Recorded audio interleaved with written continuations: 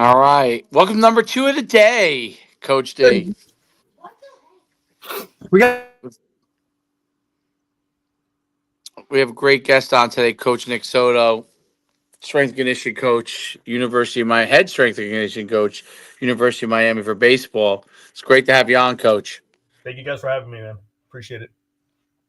Coach, and, thanks for taking some time out of your day to really talk more about it. Obviously, you guys are in from a baseball standpoint, getting into your winter workout period. Um, first of all, talk about your career and how you got to this point and kind of your background as a strength and conditioning coach. Okay, yeah. So I guess like a lot of us, field athlete kind of led me down this path, right? Not being quite fast enough, not being quite powerful enough, and frustrated as hell. Played a little D2 college football. I'm actually more of a football guy and martial arts guy than I was ever a baseball guy. I played little league for like 2 years back when I was like 9, 10 years old, batting 11 out of 9, that I was that guy, like all the way at the bench, all the way at the end of the bench. And then I got on base and I could do a little damage, maybe a little bit, but that was about it. But yeah, so football was really, really like kind of my background, and then the from a training aspect, it was more of the martial arts. I was a taekwondo black belt. I was a Olympic hopeful at one point for that sport, and I was probably better at that sport than any other sport. But that the training that we did back then was really kind of cutting edge for the time, especially for that sport. We did a lot of kind of a lot of workouts that you saw from speed skaters, from track athletes, and I got exposed to that really early on, and I kind of developed and shaped the way I trained, and then I trained guys from there on in, and then I lasted a year in college, sucked, got pissed off because I wasn't getting played because whatever, and it's really probably because lots of injuries. I've had 10 knee surgeries, 4 ACLs, so that also kind of paved the way to towards this kind of a training environment. I just did a knee replacement like 3 years ago. So, Wow, yeah. you're young. damn. Yeah. Well, I'm not that young, 46, but For a knee replacement. Yeah. And Yeah, honestly, you had the lobby for that one a little bit. Like, hey Doc, like we're doing this. Yeah. Oh yeah. yeah. It took a few years actually, because I've been wanting to do it since I was about mid-30s, to be honest with you. Yeah, me too. I'm in that boat right now, man. I've been lobbying for it for a good 2 years now, and I'm 38, so I get it. You feel me then? Yeah, dude. Honestly, it's the best surgery I ever did out of all my surgeries, shoulder replacement, everything else, and I haven't been happier. I'm about to do the other one actually. I can do things that I couldn't do for 20 years. So it's get yourself a good doctor, but if you get yourself a good doctor, man, it's worth it, man, and just stay on them, because honestly, I wish I would have done it at 37, 38. And now you're able to move. I know it's completely off topic, by the way. Only reason I'm saying is I have to get a knee replacement on my right knee. So you're able to do like pretty much whatever you want to do. Man, I'm doing depth jumps and drop jumps off 30 inches. Wow. I got to do the other ones. The other one's holding me back. Yeah, I'm sprinting again. I hadn't sprinted in over a decade. Like, I'm talking about at all. I sprint slow as hell. It's not like I was ever fast to begin with, but right. But it's sprinting, right? It's not just jogging, Right. I'm lifting like I never lifted in the last decade. Like snatching, cleaning, heavy squatting, heavy lunges. I haven't been able to do a heavy lunge in forever. I'm doing Bulgarians with like 3.5 plates. Yeah, man. It's my God. Awesome, dude. I'm telling you, you get that surgery done, it is life changing. Right, Wow. They do it with the robot now, right? They do it with the robot, and it kind of they got it. It's so advanced now. It's crazy. In 3 months, I was running. Yeah. Shit. No, it was freaking awesome. It was freaking awesome. That's very cool. I didn't mean to interrupt you. I'm actually going through it myself. That's Nick, for so long. Like the two of us going back and forth about who's gonna get it. Like it's just shit. Hey, at least it's nice. Like to hear that. Like that's just on a different level. Yeah, luckily I had a young guy that's kind of like the number one knee replacement guy down here in South Florida. And when he saw my, he came in with the attitude of, you're not getting it done, because I've already talked to a bunch of other guys. I'm of not course. You're 40. I was 43 at the time or whatever it was. We're not doing your knee, And then once he saw the X-ray and the MRI, he's like, yeah, we're doing your knee. You know, Yeah. but yeah, man, I was so happy that he decided to take it on, and he did a great job with it. And Dr. Vanderbilt down here in Miami, man, he's a man. It was awesome. That's really cool. So I'm sorry, you were talking about your. Yeah, so I mean, so Matt, yeah, so obviously, like, I've been bone on my knee since I was about 18 years old. So it was a long time coming. 17 years old, I'm sorry. So a long time coming. I tried to play college ball through it. A lot of injuries, probably not that great of an athlete, but a lot of the training I did made me a little bit better of an athlete, and I saw that the proper training could really make a difference. I started taking on guys. I was still that guy that didn't really want to know how to quit. So I started coaching high school football. At the same time, I was still training, I don't know, jump somewhere, Canada. It didn't matter who wanted to take me, Arena League. And somebody take me, nobody would, obviously. But I kept training that way, and I started training guys under me, guys that were just, trying to make a high school team or college team. They start training with me. My brother that played at USF, him and some of the dudes started training with me. That's kind of how I basically just, at that point, my experience was honestly what kind of guided the training. It wasn't any kind of book knowledge or anything like that. Started the basic stuff of getting a certified personal trainer, certificate for what that's worth, and then just built it from there. Yeah. And yeah, it's not really, I didn't learn much there, but guys started having a little bit of success and stuff, and then they started bringing in other guys. And at some point, I'm like, okay, I got to take this serious. I'm going to go this route. Decided to stop coaching. Decided to build a facility instead. Myself and my brother, and we built this our first gym, which was Elite U, which was athlete based, but we also took on basically anybody that wanted to train like an athlete, and then it just kind of blew up from there pretty solidly, pretty quickly. Went back on my master's in kinesiology, again for whatever that's worth as well, and but just kind of get going down that path. And now you're at the University of Miami doing baseball. So it's interesting as an ex football player, an ex taekwondo. Like when you start to train baseball players, what are some of the things that? And Miami's obviously a storied baseball program, right? Fantastic baseball program, tremendous success. Expectations are always very high. They're basically looking to win the College World Series every year if they can, and at least be in a hunt for it every year. Right. So what are some of the things that you really have to work on with your guys and in development?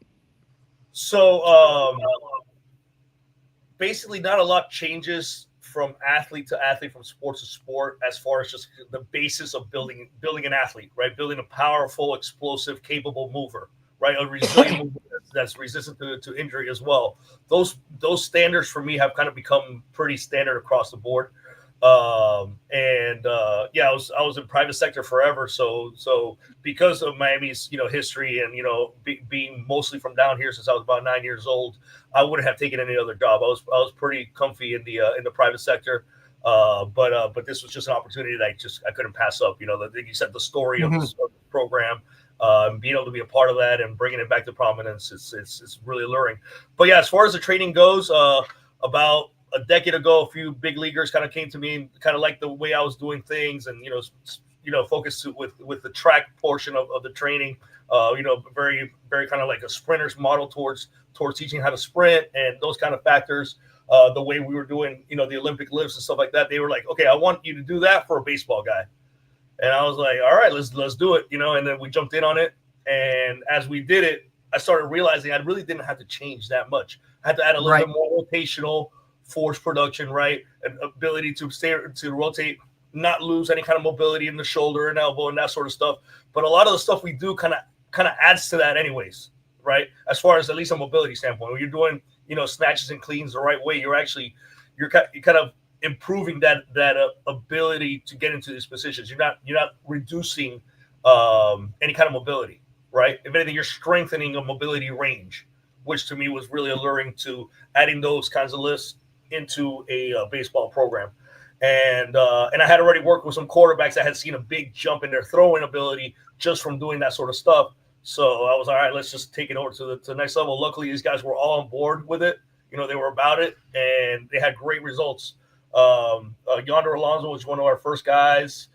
he had been in the big leagues, I think, for about six years at the time we jumped together, maybe 5. The most home runs he'd ever hit was 9.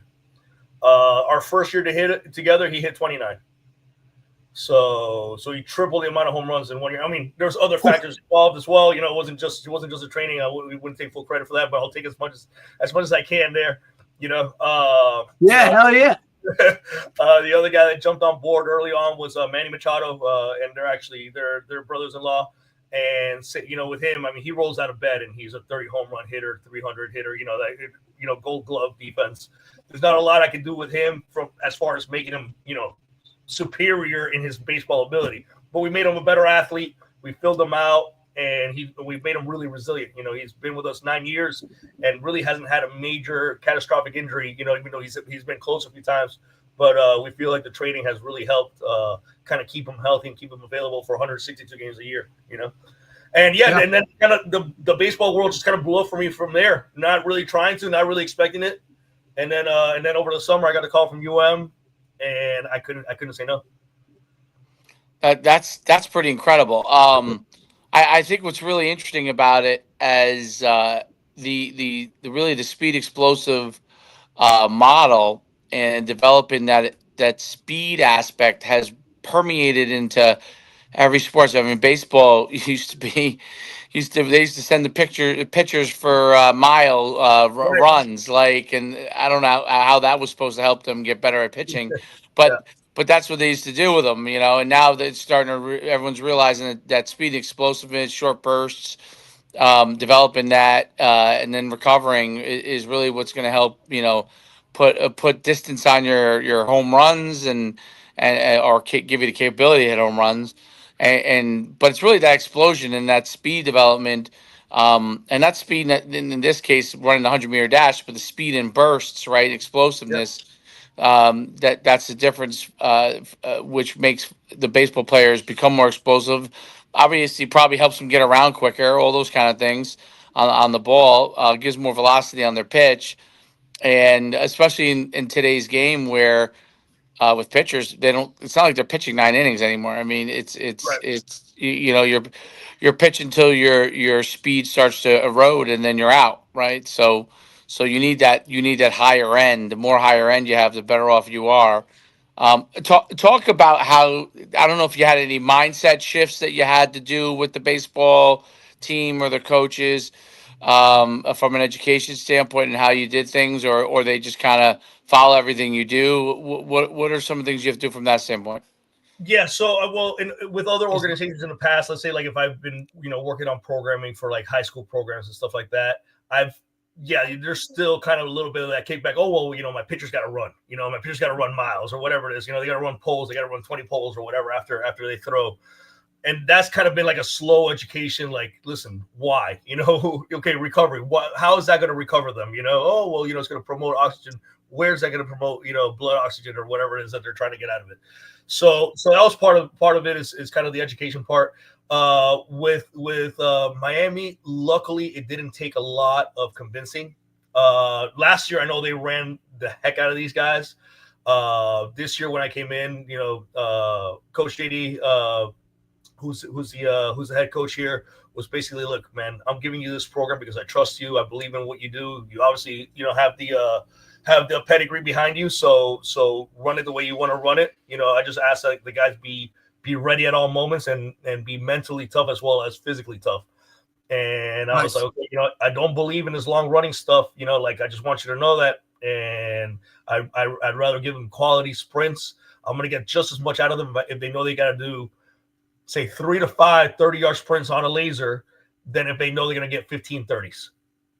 Right. I'm going to get so much more out of those 3 to 5 efforts and all that. And the same with football, right? I mean, I've dealt with football coaches that are always like, at the end of practice, they want to do the gassers and the half gassers and this and that. I'm like, that's fine and dandy, but where's the technique? As soon as we're losing technique, these are wasted reps, right? We're not getting these guys conditioned the right way. We're definitely not getting them faster. If anything, we're getting them slower, right? We're building bad habits. Mm-hmm. So he was all on board. He's like, do it the way you got to do it, and that's what we do. We have 2 major days, sometimes 3, of speed development, and to your point, speed is Speed's king. Like if you could sprint really really fast, you could produce a ton of power really really fast, right? Now, is that going to directly translate into a throw? No, it's not going to directly translate, but physiologically there's transfer, right? An ability to produce force, an ability to produce force, an ability to produce force as fast as you can is an ability to produce force as fast as you can. And the guys bought in right away. That's the other thing. Not only did the coaching staff like kind of buy in immediately and really push for it. Obviously there was a bunch of other candidates, so they were kind of that had the experience of being in a team setting. My team setting was a few high schools here and there. That's about it. And whatever I played, it's a different world than the private sector. But the coaches really kind of wanted this. Aside from JD, the other coaches as well, they pushed for it. And when they gave me the keys, they're like, "All right, just do it your way. This is what we fought for." So I was really really fortunate. I don't think everybody's as lucky as I am in that regard. Like I said, I've been on the other end where I'm not so lucky, and it's just an uphill battle trying to educate Right.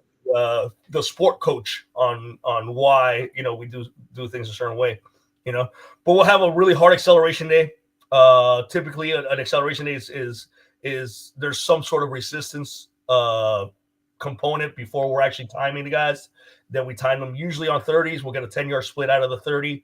It's just a standard, it's just like football 40. So there's no other reason for it than that. And it's a pretty safe distance where I can push it pretty hard, not really worried about too many hamstring injuries. You'll get one here and there, but for the most part, it could go at 100%.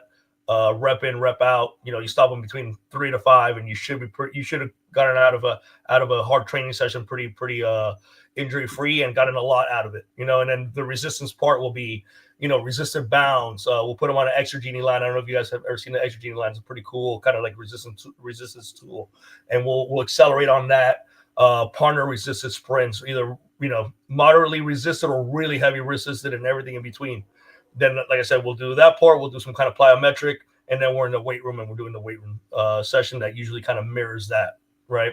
So if we're kind of like in a high strength block, usually the Mondays is when we're kind of going bilateral, both legs down, heavy squats, explosive trap bar deadlifts, that sort of stuff.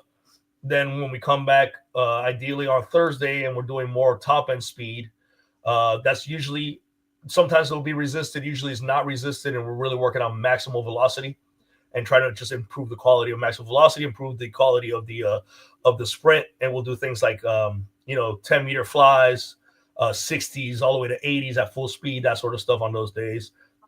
Do some more kind of like speed type of plyos those days. And then in the weight room, we're looking more of the single leg stuff, Bulgarian split squats, that's split, a kickstand type of deadlift, that sort of stuff. That's impressive. What I've really learned, and me and Derek have interviewed a lot of guys, and what we're obviously seeing is what probably the biggest trend in sports training and development is that it's more important to get that extra mile an hour on your sprinting, your velocity on your pass or throw. Your if you're like I use like shot putter for example, or weightlifter, right? The ability to develop that is more important, that explosion speed, than it is to do all these extra reps from a conditioning standpoint, because you don't end up getting better from the high end, and you're better off being at the high end long and doing that very well for the period of time that you need to do it, than you are trying to be really slow for a long period of time. Yeah. And that's the thing that I think is biggest mindset shift in sport coaches, because they thought that their sport was X or Y or Z, when it's really an explosive sport, and the most important thing is how you can explode and doing those reps from that standpoint, which I think is really interesting. There's a quick story, and I'm curious thoughts on it. So many years ago, like when I was in high school, I did the decathlon, and I could throw a shot put pretty far. I threw it like 45 feet, 40. I think it was like 45, 46 feet, for a guy that was a high hurdler sprinter, and I was 215 pounds. But there was a kid who won the whole thing. He was his name was Darius Pemberton. He ended up being, he was a football player, but he ended up being the high hurdle champ at the University of Tennessee, NCAA high hurdle champ. And I think one year he was also the long jump champ. And he went and threw the shot put 48 feet. And he was about 160 pounds, Right. 165 pounds, soaking Yeah. wet. And what I learned back then, that I didn't really know at that time, was the fact that he is able to generate more speed at the point of release versus my power. My overall size and power was more important, right? And that's why he was actually able to throw further. If all things are being equal, meaning like the coordination of doing the Right. actual activity, but he was able to throw further because he was actually able to generate more speed at the point of release. Am I accurate in what I'm saying there? Because Yeah. Yeah. So like if you just look at power equation, speed is probably the biggest component in it, right? Force is mass times acceleration, right? Without the acceleration part, you would have all the mass. You can push all the mass in the world. There's no force, So if you go back to like simple physics, it adds up, right? It makes sense, And it's not to say that there aren't times that you don't want to focus on some heavy strength and some high strength outputs and really get those numbers up. That's not to say that the right amount of mass won't help in the overall equation. But right. as long as you can move it with the relative speed that you need to be able to move it at, right? And things like peak speed or peak velo in a movement are one of the things we'll look at. Let's say when we're doing like a hang power snatch, or even like when we're jumping on our force plates and stuff like that. Like what kind of peak velocity are you hitting? Right, And that'll determine a lot of the quality of your hitting and your throwing and all that stuff. You got to have the horsepower, and without the speed component, you're not gonna have the horsepower. No matter how big and strong you are. I was actually one of those guys. Sort of got it. Now it feels like I'm talking about myself as an athlete, and I was the furthest thing from. But this is the third time I bring myself up here. But I remember when I was playing football, I wanted to be like that 220-pound prototypical running back, right? I wanted to be 220. Like back when I was growing up, that was like the nice size back, 215, 220. I was really fast at 195 pounds. Once I got to about 198, I was really slow. Yeah. And no amount of training I could do that would change that factor. I just did not have the physiology to carry that weight. So when I got myself to 215, 220, I might have looked great. I might have looked like a football player, but I ran like, I don't know, I belong playing chess, and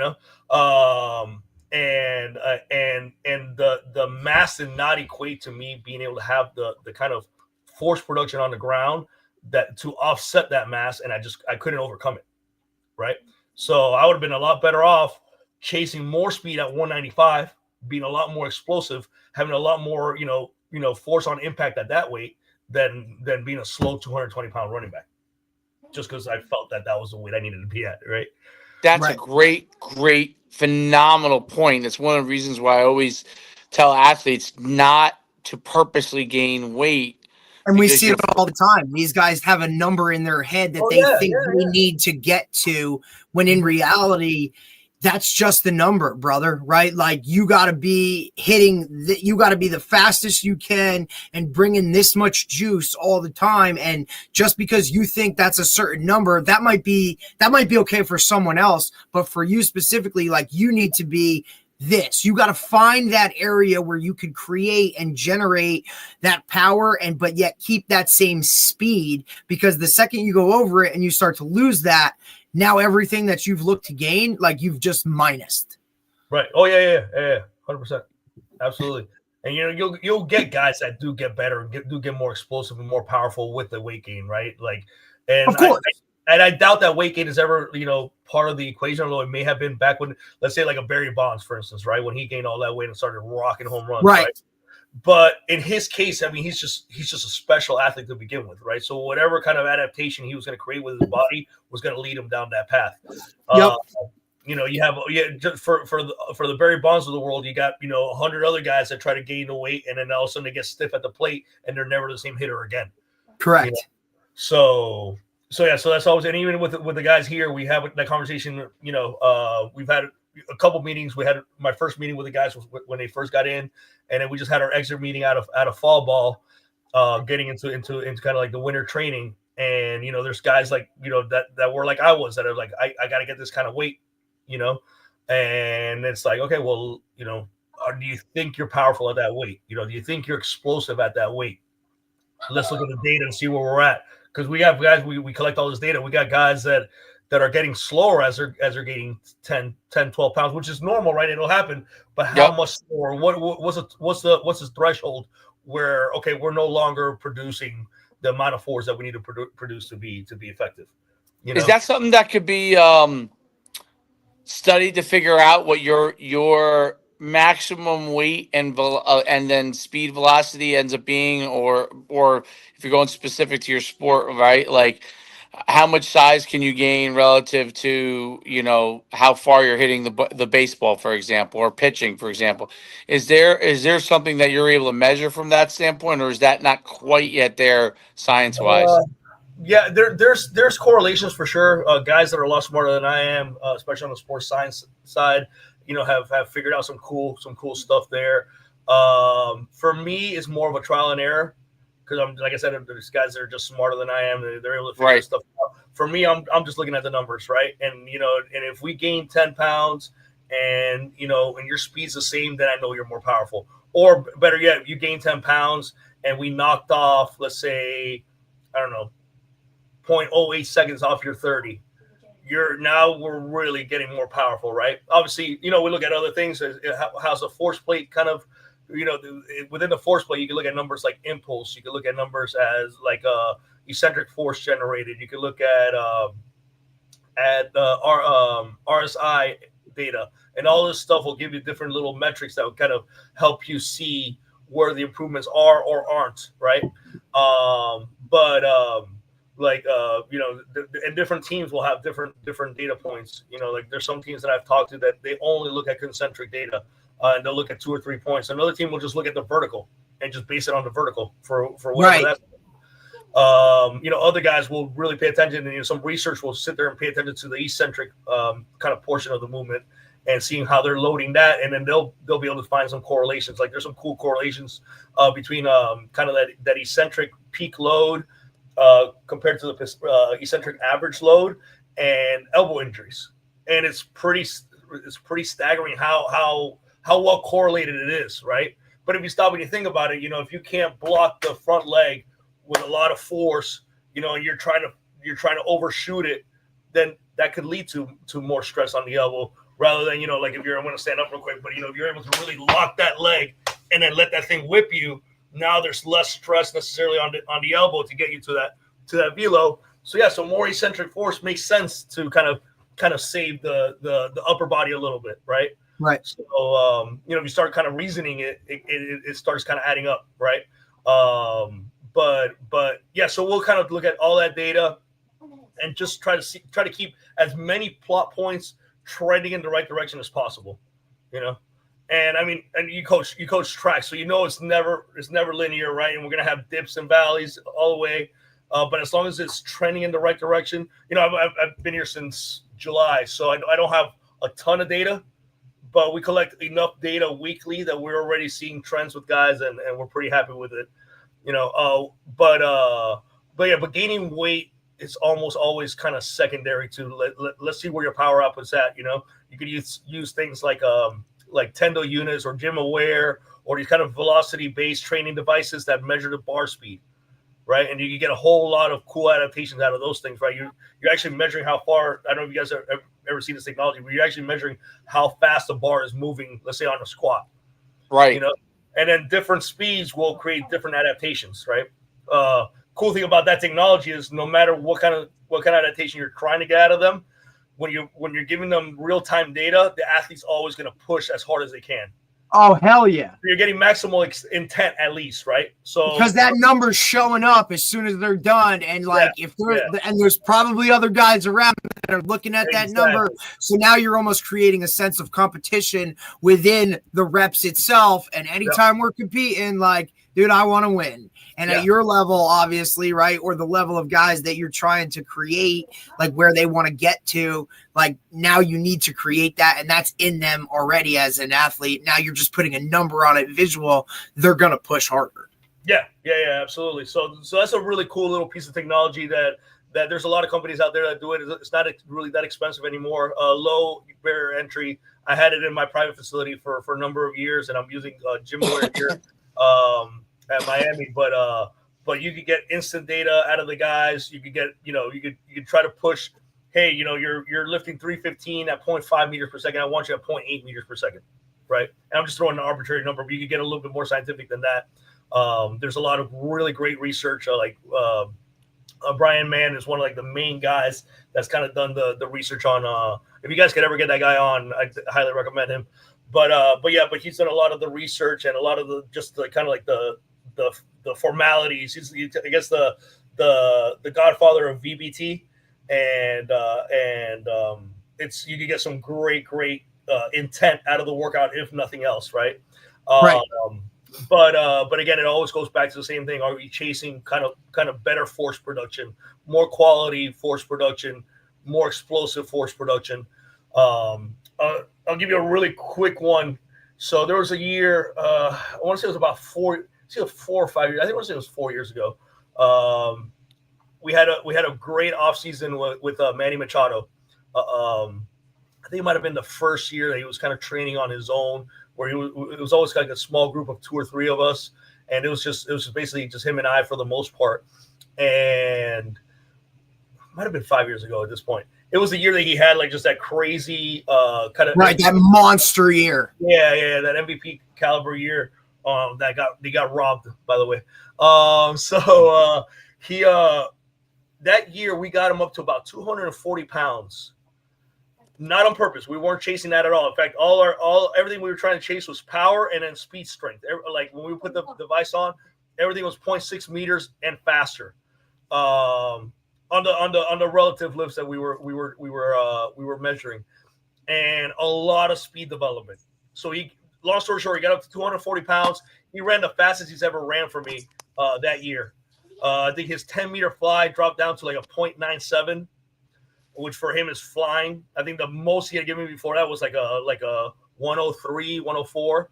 He ran a 0.97 that year at about 10 pounds, carrying about 10 extra pounds. So we knew that he was fucking rocking. Oh, sorry. They was freaking rocking that year. You're good. And sure enough, he went in there with all the confidence in the world, and it showed, but he put in the work, and again, we're kind of freaking out, like, dude, my weight keeps going up. Dude, my weight keeps going up. And I'm like, are you eating right? He was eating great, but his body just reacted great to everything. It all kind of came together. And had he started slowing down, I would have changed the workout around. I would have been like, we got to adjust something here where we're gaining too much weight. But since everything was trending in the right direction, let's ride with it and see what happens, Well, I think that it is that balance there, and you start to figure out like what that component is to get the most out of them for what his size is, and it's an interesting thing. Like I remember playing and always constantly trying to figure out like, am I still fast enough at this weight, or because everybody has a component that you're starting to slow down. Otherwise, you're gonna have to change position. At least in football, you would have to change position. Right. You have to go down to the line or something. But it's in baseball, it's interesting because velocity in not necessarily running, but in like pitching, right? Which you're always trying to gain, also can potentially lead to what you were talking about a little bit earlier is some form of overuse injuries, right? How do you train for that? Because that has to be a delicate balance that you have to do, especially with pitchers, obviously, with their arms. What is that kind of balance there?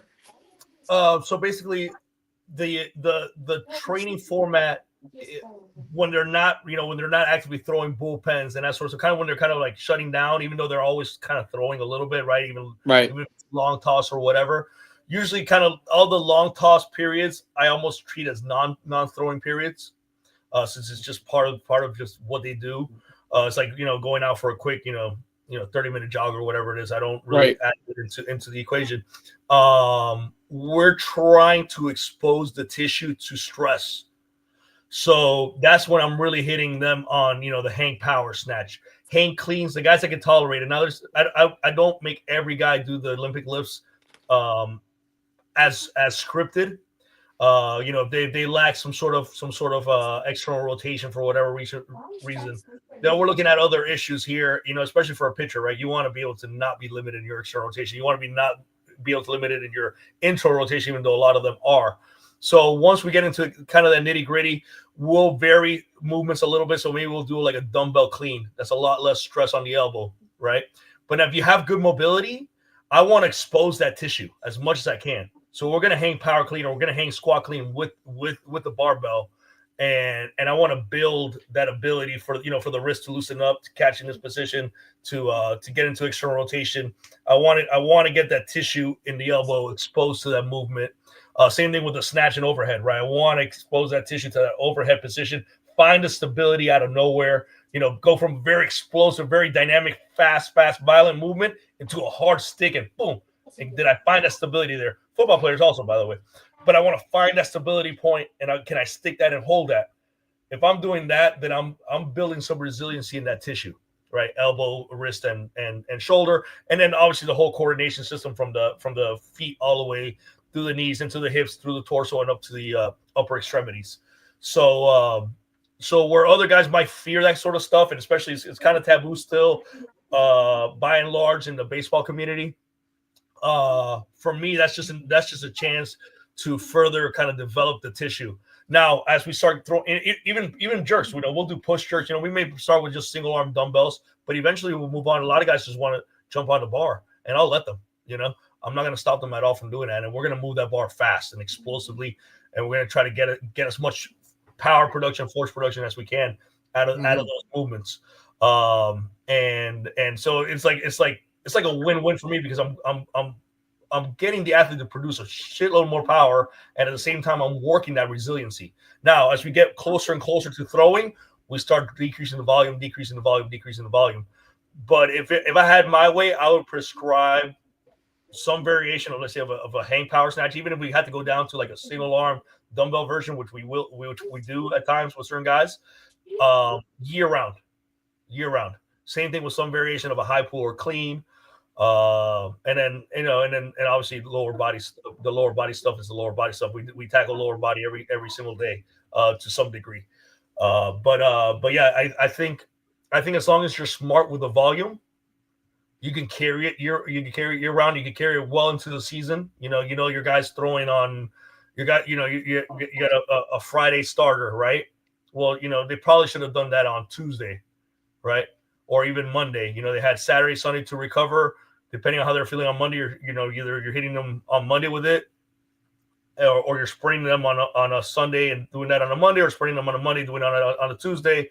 They have a few days to recover. It's micro dosing at that point.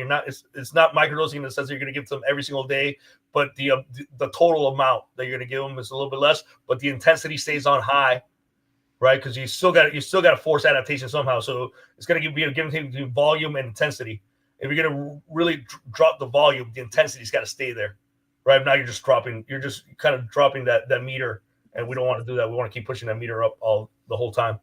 So obviously pitchers you got to be a little bit more careful with, but I've written a lot of in-season programs for a lot of my pro guys, and we're doing those lifts the entire in-season as well. Again, microdose, right? So instead of doing, let's say we do like a 4 set of 3 of hang power snatch, followed by like a 3 set of 5 of squat cleans, right? Just to give you an example, we may just do 2 sets and 3 sets, or 2 sets and 1 set, or whatever it may be during the in-season, but we're still going to hit it. Absolutely. Well, if you're focusing on less reps, bigger recovery between reps, and just a high level of explosion speed, it does allow for you to be able to continue to train straight through, versus when you overload and then you need multiple days off. Well, overall, in the long run, by being able to train each day, even if it's less, it builds up much more than someone training and overloading them, and them not being ready to be able to take part again for 2, 3, maybe 4 days in the same capacity. It's also interesting, like the nervous system, how like it stimulates that, like the nervous system to start to react to fire faster, and that, I think that part's Yes. like one of the most interesting kind of I would say innovations in strength conditioning development, that the nervous system is involved in it. The nervous system was involved in that part of the training. So talk a little bit about that, like what you're starting to see there. Yeah, so it's actually interesting you bring that up, because one of my favorite things to do, especially with a sport like baseball, which I think it's just a low hanging fruit. I'm trying to convince more guys to do it. I think it'll take hold this year with us during the in season, but I've been trying to get my pro guys to do it for a long time now. Is those pregame lifts, really, because of that, to really prime the central nervous system. And it's not a crazy pregame lift. Again, it's 2 to 3 sets, 2 to 3 reps of something very intense, and it doesn't have to be the same modality. Some guys are going to react more to kind of a elastic type stuff. So you'll do like the snatches and some plyo box jumps, or like some depth jumps, right? Some other guys might really kind of like, the central nervous system might wake up because of a really heavy deadlift or really heavy squat, So again, but it's 2 to 3 sets, 2 to 3 reps, and you're out, and all of a sudden you are fired up and ready to go, and that can last you 2 to 3 hours. It's going to last you the length of whatever, your whole entire game. Like, yeah. So and it's a real thing. I mean, I show guys here all the time. I've known about it for years already. It's something that we studied kind of extensively over in my master's program. Luckily, there was one great course, a bunch of crappy courses, but one great course that I took. And one of the things we really studied was that post-activation potentiation. And that's a real thing, and it works. And it works great in the training segment. That's why you do so many complexes, right? You'll do like a heavy squat followed by an assisted jump followed by a drop jump, right? And like one builds on the other, and you're getting more adaptation overall because each one's kind of being performed a little bit better because of the one previous to it.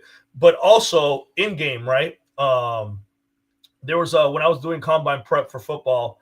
I would always try to get my guys to find a rack real quick and get a couple sets of 2 of like heavy back squats before they went and ran their 40, because we would test it and it always worked.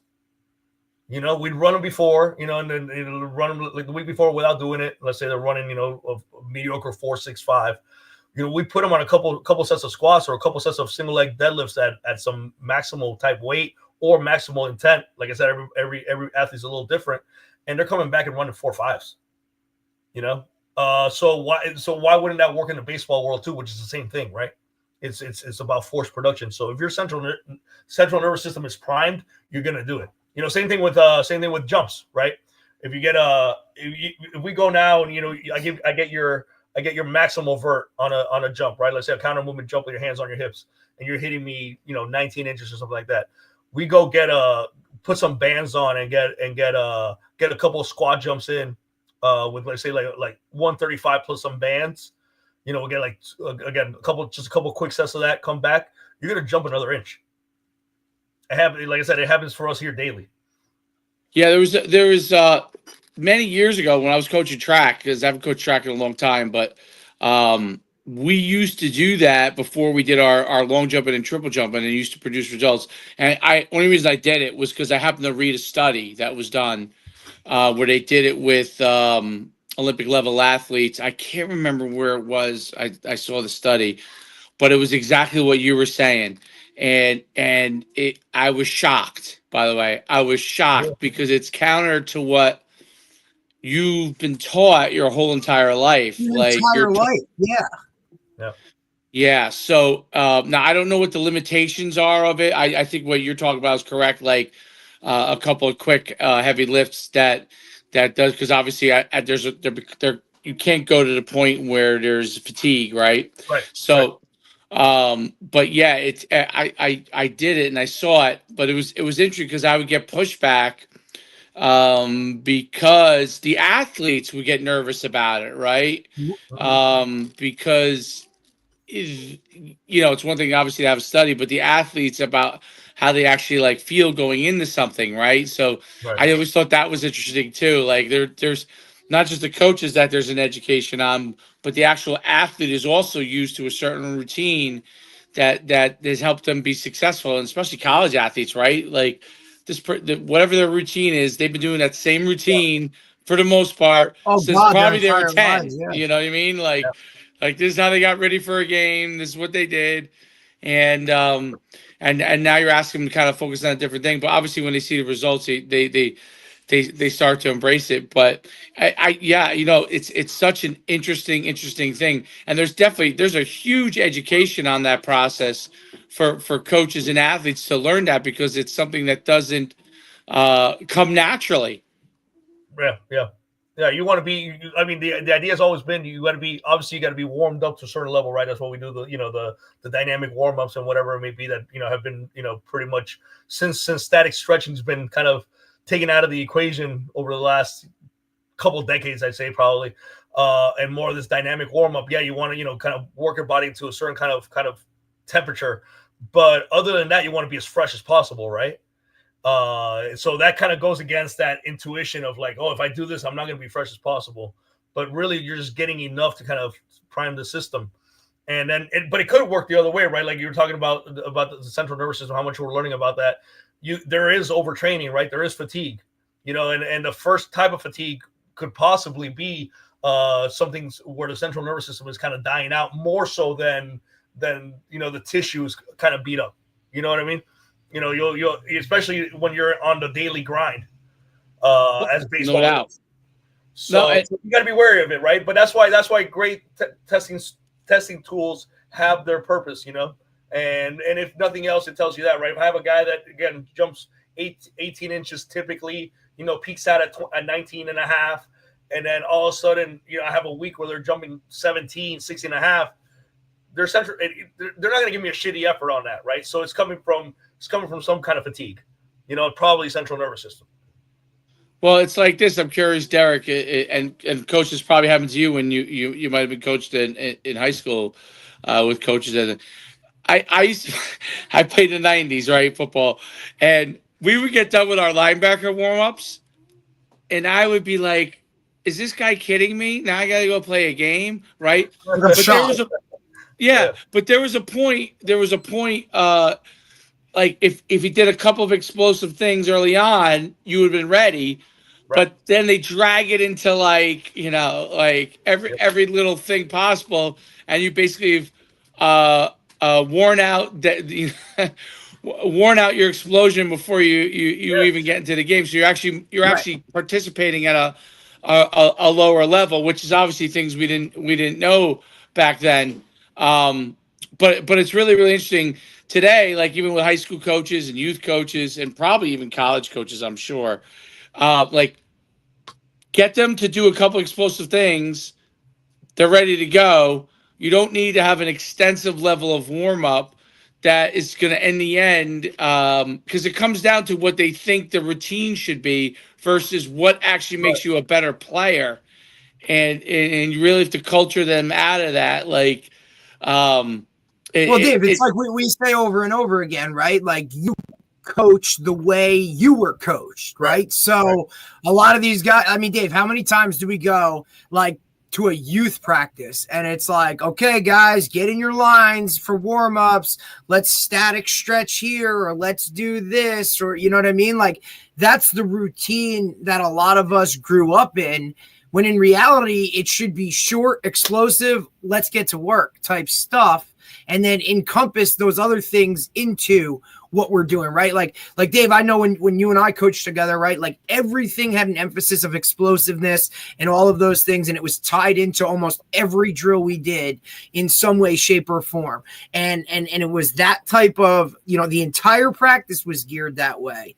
And it's unfortunate, but like I said, a lot of these guys just go with what they did or how they were coached. And that goes right, from the warm up to how they, condition at the end of practice, right? Like Coach, you said earlier, gassers and all this other kind of stuff. Like when they're not looking toward And especially football, where you practice way more than you play, you want those guys prime time, tip top, ready to go for that one game a week, right? And if you're crushing them on Tuesdays, Wednesday, Thursday, by the time Friday night comes, they're shot, they're done. Their body's fully fatigued, and they're never going to get out of the. So now you're taking an already okay athlete, and you're making them a below average athlete when they need every bit of that, especially at the high school level. Yeah. I think it's important because, like the first thing people will say is like, oh, he needs to get in better shape. It's like, no, they probably need to get more explosive and faster. So when they do get tired, they're still faster than they would have been before. Because and there is a component like it's some sports that have like stop and go, but it's continuous. The training doesn't get you to be able to adapt. It really is the gameplay. You can't simulate how much faster you're going to move in a game when you're in practice. So you got to simulate it from doing less faster, because you don't really understand. Like in a game, like they're going to be going as fast as they can, and no matter how much conditioning you do, they're still going to get tired at a certain point. And so if they're going slower, they're just moving slower earlier. That's all. That's all really. So rather than lose it all in the third quarter, bro, they're going to lose it in like before halftime. Like, okay, I'm always like, just take him out for a play. If for basketball, take him out for. If he's your great player, you need to have him in. One whistle. Take him out for 25, 30 seconds. And he'll be fine, But they still think that like we go or run back and forth the baseline 5,000 times, that somehow he's not going to get tired in a game. Of course he is. Yeah. Take him out, and you could build you could build conditioning by going that distance faster at a couple of reps, right? So it starts to build that. And I always say, like, even distance runners, right? Distance runners, how does a guy get ready for to run as fast as 5K if he's a cross-country runner? They do timed miles. They don't do timed 5Ks. They do timed miles, right? Because they're trying to get that extra speed in their mile time, because they know it's going to translate into a better 5K time, right? So even there, in events that are quote-unquote conditioning events, they're still looking for more speed to be able to carry that through, because that's the higher end that enables you to do better longer. But it's very interesting because it's such a different mindset, and I can only imagine baseball players, because all their coaches, when they're younger, I'm talking about when they're in youth or in high school, those guys are definitely going to be in the higher end of backward, from a training aspect, versus football, where there's a direct, or track and field, or swimming, where there's a direct impact if you don't do those things correctly now, right? Tackle in the backfield, slower time in your 100-meter. You see a direct feedback. But in baseball, other than I would say what you can start to prove to them now with pitchers, as far as that's why you do see, like, how fast is he throwing the ball? That's where the gun comes in. How fast is the exit velocity on the hit from the bat, right? That's how you're starting to know now that those coaches have had to change their mindset, because people are and when I hear guys say, oh, that doesn't matter, I'm like, wait a minute. If the speed is faster, is it going to go farther?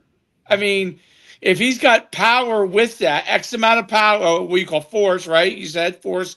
And then with X amount of velocity, it's just, if you're increasing his force and you're increasing his velocity, it's going to go farther. It's so funny when guys say that, oh, that stuff doesn't matter. It doesn't have an impact in the game. Well, yeah, it doesn't have an impact in the game if you haven't taught them the technique to hit the ball. But if you taught two guys the technique to hit the ball, and they're both doing everything correctly and exactly the same, the one who has more power and more force and more speed is going to win. 100%. it's all this goes back to also the other thing is like you said, sports like football, basketball, soccer. The amount of conditioning that you need is really, if you stop and think about it, it's kind of astronomical, and it's impossible to really get without actually doing it, right? When have you ever been like in really great shape and you go out and play a game of pickup basketball and you're 30 seconds in, you're like 30 seconds into this thing, I'm like, dude, I just ran 20 bleachers the other day. How am I dying on a because it's a start and stop and a jump and land and pass the ball and the focus and all this stuff. You can't train that, like unless you do it. Football is the same thing. Unless you're, you're going head to head with a guy and trying to get the guy off you and this and that. Like there's no simulating that. I can't do enough gassers that are going to simulate that, right? Especially right, and that's what I used to always. Yeah, and that relates, like, Coach, I remember it always being like, right, like you would, like here in Jersey, you would play a Thanksgiving Day football game, and then the very next day you would start basketball practice, and guys would go in and be like, dude, like I just played football, like I'm good. And it's like, bro, you have no idea what it's like to be in basketball shape or what it's like to be in football shape. The same thing with, like, when you're training. Game shape, which is unreplicatable in practice. And that's where I was just going. Like, you can run all summer and train your ass off for football season, but that first practice, like, and then you can go all of August, do 2-a-days, triples, all that stuff. That first game, you are shot after that first series, no matter what happens, because you just can't replicate everything that goes into it. From the emotion, all of that kind of thing. Like that just adds to it. That extra juice that you're given, like you can't replicate that. So there's nothing more like, that's telling of everything. Yeah. And then I'll take it to the baseball world where you don't need that much conditioning. Like I don't need right. How much these guys try to, they have, God bless them. I have some great friends that are in the tech world, and they're, GPS units and this and that, and they want to get my baseball guys on the GPS units, and I get it. Like and then the coach is also like, well, are you going to really sprint him on Monday because this guy plays center field and he has to run after balls? And I'm like, how many balls did he run after, man? Like 6, like 8 in like 3 hours time span. 8 sprints in 3 hours, and how many of those sprints were really truly at 100%? 2, right? No, man, we're good. We could run them on Monday. That part hasn't caught up yet. I think. I just need these guys to produce power over and over and over again with long periods of break. Now, I don't give them the long periods of break that they take in a game here, right? We want some tempo, and that's where we'll work the conditioning. We'll tempo it a little bit. We'll take the minute rest per 10 meters on the sprint work and stuff like that, and we'll chase power repeatability, if you will. In the ninth inning, you're swinging the bat just as hard as you were in the first inning, which honestly shouldn't feel that bad anyways, because you got to be pretty relaxed when you're doing it. You can't be all tense when you're swinging the bat. So I'd rather chase power, right? So we have mobility and stability that go hand in hand, right? And that's kind of like our movement capacity, right? Because you can have all the flexibility in the world. If you can't control that flexibility, it's a pointless flexibility, right? Then we have basic strength or maximal strength, group that into a category, which will lead to resiliency, obviously, in the tissue, but it's also kind of like the precursor to power, right? Then we have power and speed that go together, right? Everything that's rapid force production, explosiveness, like you guys were talking about. And then we have skill of movement.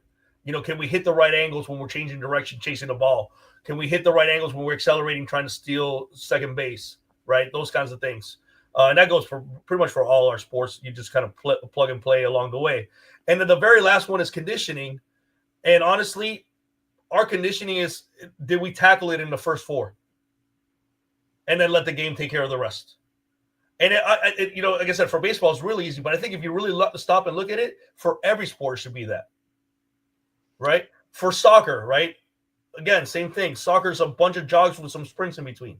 And a whole lot of changing direction at half speeds, and then a few at full speed.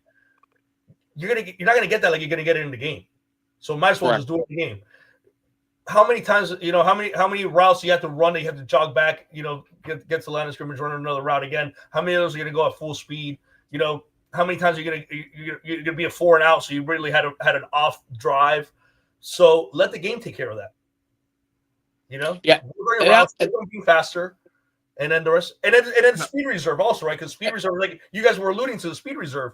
If I can run faster than the guy next to me, I don't have to have output, like maximal output, as a slower guy that's trying to keep up with a faster guy. So my time's much better spent trying to be faster and trying to get faster, because speed reserve is a real thing, and you're always going to run as fast on a play as fast as you have to, But if Dion looked like he was jogging half the time he was running into the end zone. That's why you can play both ways. How many times did he actually hit his true intensity, top speed, 100% effort? He didn't have to. That's why he was so good, probably, right? And that he was able to do this kind of stuff that he can do. I throw on Dion as an example, but there's 100 other, 1,000 other. And then I'll give you one more thing on this whole kind of like training, like overtraining the stamina thing. Do you guys know who Vince Anderson is? Famous track coach. He was at Tennessee, then he was at Texas A&M. No. Really, really well-known guy in the sprints world and in the track world.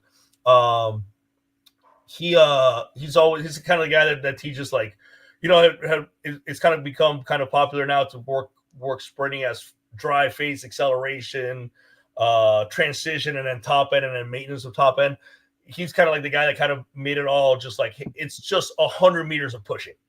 You're just pushing for 100 meters. Does the body change angle as you're doing it? Yes, all this stuff, but you're pushing for 100 meters. And if at any point you're thinking about breaking it down into pieces, you're slow, right? He's also the one he's kind of one of the main guys that's kind of pushed forward the whole wicket thing. That's a little hurdles, and you're running over the hurdles, and you're just kind of teaching you the mechanics of upright sprinting and stuff like that. I'm sure you guys have seen that stuff. Yep, absolutely. Transition. I love wickets. The wickets are the greatest. Yeah, they're awesome. They're awesome. I love wickets. So he's one of the main guys that really pushed wickets through the 90s and early 2000s. So when he coaches 400-meter sprinters, he will hardly ever, if at all, do a 400. 300s is the most he does. Yep. And when a sprinter keeps insisting that they want to run a 400 with him, he'll either drop them or he'll get really pissed off. But 300 is all he needs. It's funny when I ran track. I was an intermediate hurler in high school, and even though I was 215 pounds, I ran a very good intermediate hurdles. And my father's training. He's a legendary track coach, and some of these things, you really didn't know that you were doing the right thing. You just learned from experience. Right. We never did more than 300 meters in our training, and his whole thing on the 300 meter when we were doing the training is that you couldn't simulate the pain of the 400-meter hurdles because you can't simulate that pain. Right. So what you had to do is sprint the 300 meters. He didn't care if you were dying the last 50 yards of the 300 meters. He wanted you to sprint the 300 meters as fast as you could, because he wanted your 300-meter time to be, or 200, to be much faster, so you would be able to feel better when you had to finish the end of the 400-meter hurdles. And it really helped. I mean, it was especially for someone who was a big sprinter like I was, because I was really a football player. Right. And it's interesting because a lot of these things now you're starting to see, like talking about the wicket training, like it's so valuable to just starting for that, to getting them to generate that stride length pattern and turning it over fast, and all of a sudden getting the knees to naturally come up, right? Where you could do almost everything else. It's very hard until you do that wicket training to explain to them how their knees should come up. But once you do it, they get it. They start doing it, and they start doing it in how they're sprinting. You know what I mean? And they carry it, right? When they start running one of those wickets and they come out of it, and like, let's say they're sprinting an extra 5-10 yards or 10 meters, they carry it much better. They start to carry it more. But that's interesting, that point on the pushing in a 100-meter dash. I had never heard that before. It's really, really, I want to go look that up, because that's such an interesting thing. You're really essentially pushing the whole entire time. Yeah. And yeah, obviously the mechanics of it do change, right? As you're getting more, you're getting more upright, you're getting obviously cyclical and all that stuff, and then the motion becomes a little bit more cyclical than kind of piston oriented. But really, if you're trying to break it down to like, now I'm accelerating, now I'm transitioning to top end, now I'm at top end, now I'm trying to fight not losing my speed. Right. Dude, you're eighth. You know, Yep. you're done. And for him, it's just like, man, I want my guys. Obviously, they got to understand, you know, the positioning changes as they go along. But I want my guys to think nothing but push for 100 meters. And it's worked great for him. But yeah, when he said it to me, I was like, oh yeah, because I was getting really into drive phase and acceleration. And for my team sport athletes, which is like, you know, like they don't need to get it. Like the drills, like the wicked drills, will solve a lot of that for me. Yep. Push as hard as you can into these cones, and then slowly climb as you go, and build the rhythm as we're going. You know, I'll tell you what's I found is crazy, and Derek hears me say this all the time. I've learned a lot of these things, obviously from listening to you guys and talking to them. But when I do these things with my 9-year-old son, I realize, oh my God, a lot of the stuff that I learned or was taught was really wrong, because when I apply a lot of the stuff that you guys talk about, we talked to Tony Holler. I don't know if you know who Tony Holler is. We talked to Tony Holler about. Yeah, absolutely. And once I dude, applied those things, Tony's been on twice with us, man. He's awesome, dude. That's awesome. Yeah. And you realize those things are these athletes respond to this a lot better. So it's better to go through that stuff now versus unlearning all the stuff they have to. You know, you might get so many guys that you have to unlearn certain things, and it's hard for their mind to wrap their head around it, right? So it's easier to kind of get them to learn now, and they basically naturally do that now. They at 9 years old, they all want to play games.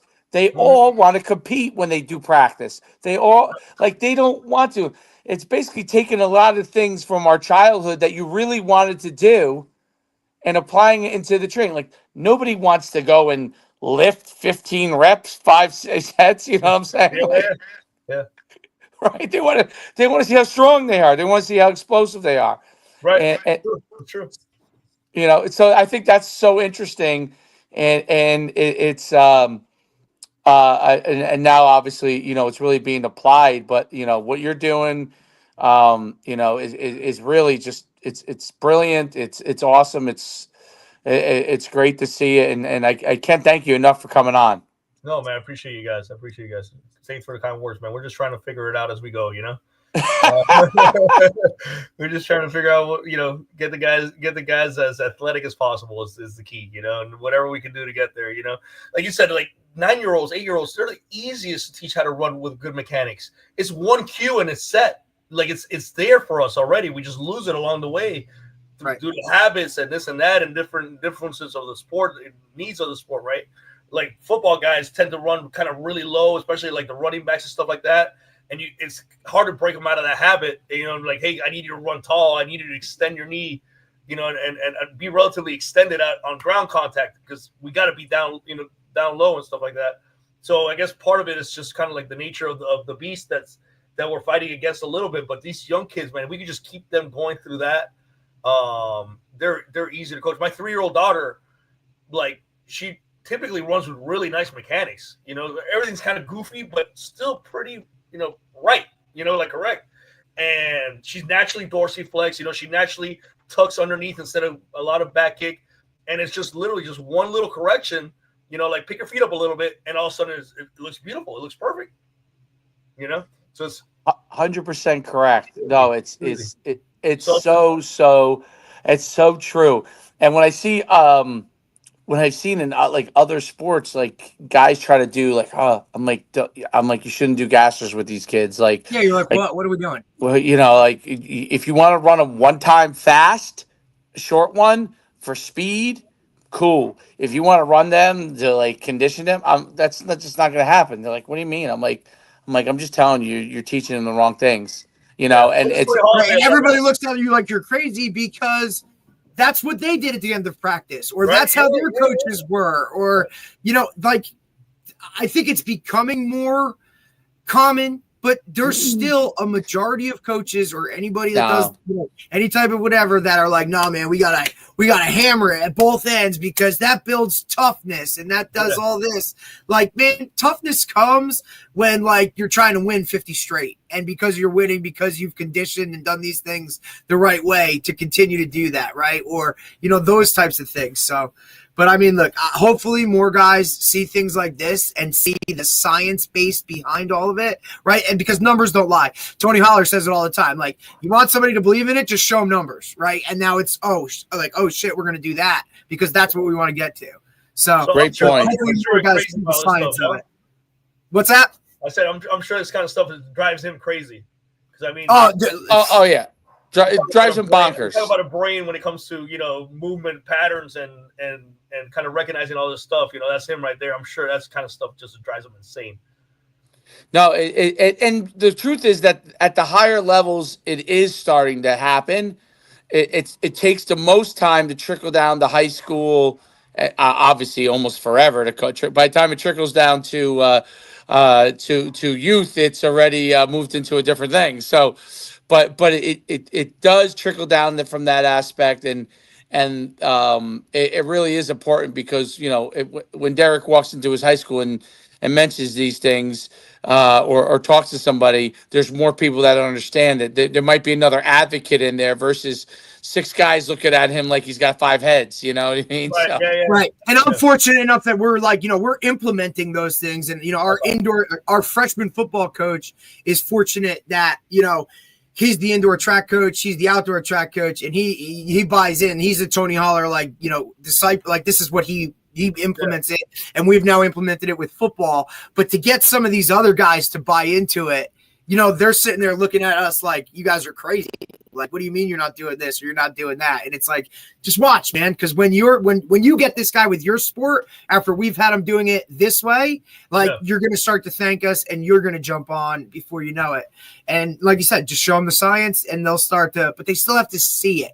They see it because they just don't understand how it doesn't, that does. Really, what do you mean? Like, dude, look at what we're talking about here, right?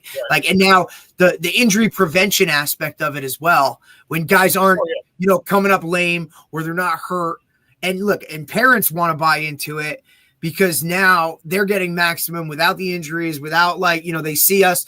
We're not out there in August running gassers in full gear because it's just not smart. Right. And now they're like, oh, he's getting look, their coaches are, but you still have a group of parents. Oh, those guys are soft. That's why they don't win games. Like, all right, buddy, just watch what comes of it, Yeah. So listen, I like, Coach, again, appreciate you taking the time, man. It's been excellent talking to you. Hopefully we can, touch base down the road and kind of say after you've had a full year of these guys doing it, you know what I mean?